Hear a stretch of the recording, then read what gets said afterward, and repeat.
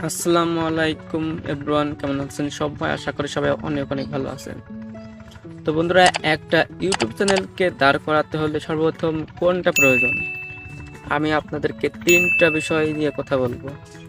তিনটা টপিক হলো, প্রথম যে 1 নম্বর টপিক সেটা হলো ইউটিউবে টিকে থাকা মানে একটা কম্পিটিশন বা প্রতিযোগিতা।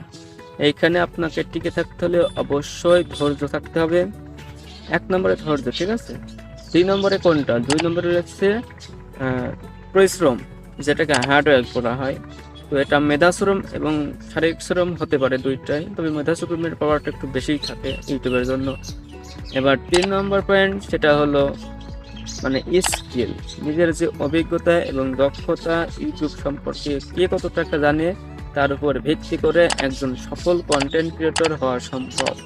দেখুন, অনেকে ইউটিউবে আসে তামাশা করার জন্য, ঠিক আছে। তারা 1 মাস 2 মাস কাজ করে চলে যায়। বিষয়টা কিন্তু এরকম না। 1 মাস 2 মাস কাজ করলে ইউটিউবে সফলতা পাওয়া সম্ভব না, কারণ ইউটিউব হলো লং টাইমের জন্য। যদি আপনার চ্যানেল শর্ট চ্যানেল হয়ে থাকে তাহলে খুব শীঘ্রই আপনি সফল হতে পারবেন, কারণ শর্ট ভিডিওটা একটু ইউটিউব বেশি প্রমোট করে থাকে। আর যদি লং ভিডিওতে কাজ করেন তাহলে 1 বছর 2 বছর কিংবা 3 বছর পর্যন্ত পরিশ্রম করতে হবে, ঠিক আছে।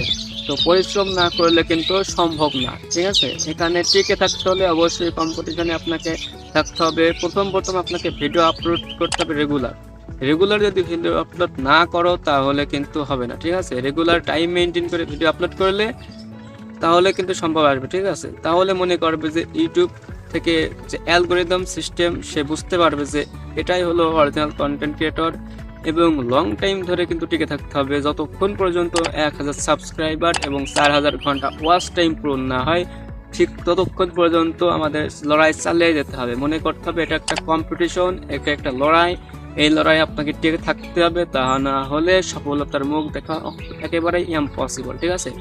তো ফার্স্ট কথা, এই যে ধৈর্য, পরিশ্রম এবং যে স্কিল এবং দক্ষতা, এই তিনটার বিষয়ের উপর ভিত্তি করে যদি কেউ টিকে থাকে তাহলে তার সাকসেস 100% শিওর হয়ে যাবে, ঠিক আছে বন্ধুরা। তো এই তিনটা পয়েন্টের উপর আমি জাস্ট কথা বলতে চেয়েছিলাম, অলরেডি কিন্তু বলে দিয়েছি। এইটুকুই ছিল আজকের মূল টপিক, এবং এই তিনটা বিষয় যদি কেউ মেনটেন করে কাজ করে তাহলে আমি নিশ্চিতভাবে বলতে পারবো একজন ইউটিউবার হওয়া তার জন্যই সম্ভব, ঠিক আছে। তো বন্ধুরা, এই বিষয় থেকে অনেক গুরুত্বপূর্ণ বিষয় অবশ্যই অনেকেই জানতে পেরেছেন। যদি ভিডিওটা কারোর ভালো লেগে থাকে তাহলে একটা লাইক করে দিও, আর যদি চ্যানেলে নতুন হয়ে থাকো তাহলে একটা সাবস্ক্রাইব করে পাশে থাকা বেল আইকনটি অল সেট করে দিও। বিদায় নিচ্ছি আমি চঞ্চল আলী টেকের পক্ষ থেকে।